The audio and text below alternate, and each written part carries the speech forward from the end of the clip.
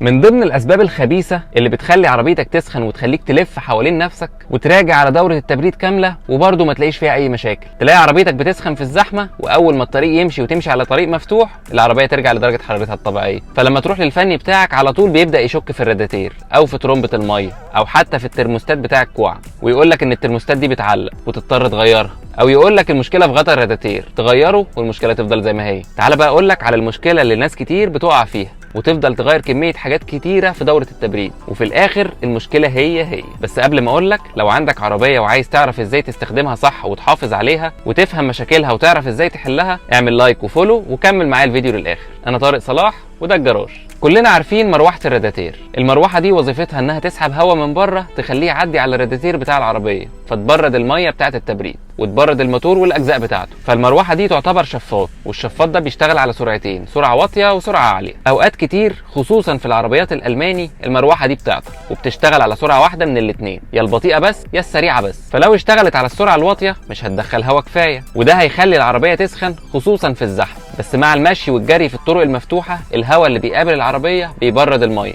فالعربيه تبرد والدنيا تبقى تمام، وده اللي بيفسر ان العربيه بتسخن في الزحمه بس مش في الطرق المفتوحه. اما بقى لو انت مفكر ان حظك حلو والمروحه هتعلق بس على السرعه العاليه فلما هتشتغل على السرعه العاليه بس، فانت برضو غلطان، حظك مش حلو. لان المروحه لو علقت على السرعه العاليه بس وما اشتغلتش على السرعه الواطيه ده معناه ان المروحه هتتاخر في ان هي تشتغل، وبالتالي ميه التبريد هتسخن اكتر لانها المفروض تشتغل الاول على السرعه الواطيه شويه وبعد كده تخش في السرعه العاليه خصوصا لو انت في الزحمه. فده هيعمل لك لخبطه في دوره التبريد وهيزود الضغط جواها، وممكن اي جزء من الخراطيم او الوصلات اللي موجوده فيها يضرب والميه كلها تنزل على الارض. وحتى لو الوصلات والخراطيم دي حالتها كويسه فده هيقلل من عمرها الافتراضي. طب عشان تعرف المشكله اللي عندك دي مشكله مروحه ولا لا، ولا المروحه اصلا سليمه وشغاله على السرعتين ولا لا، تعمل ايه؟ كل اللي انت محتاج تعمله انك تقف بس تراقبها لمده 5 دقايق وانت مدور العربيه، وتكون مدور العربيه من غير ما تشغل التكييف. فلو هي اشتغلت على السرعتين وبدات بالسرعه البطيئه الاول وبعد شويه اشتغلت على السرعه العاليه يبقى هي كده تمام وما فيهاش اي مشكله، والمشكله عندك في حاجه تانية اصلا. اما لو اشتغلت على السرعه البطيئه بس او اتاخرت في التشغيل وبعد كده راحت شغاله على السرعه العاليه مره واحده، يبقى كده تاخد عربيتك وتطلع على اقرب كهربائي او اقرب ميكانيكي يكشف لك عليها ويغيرها لك.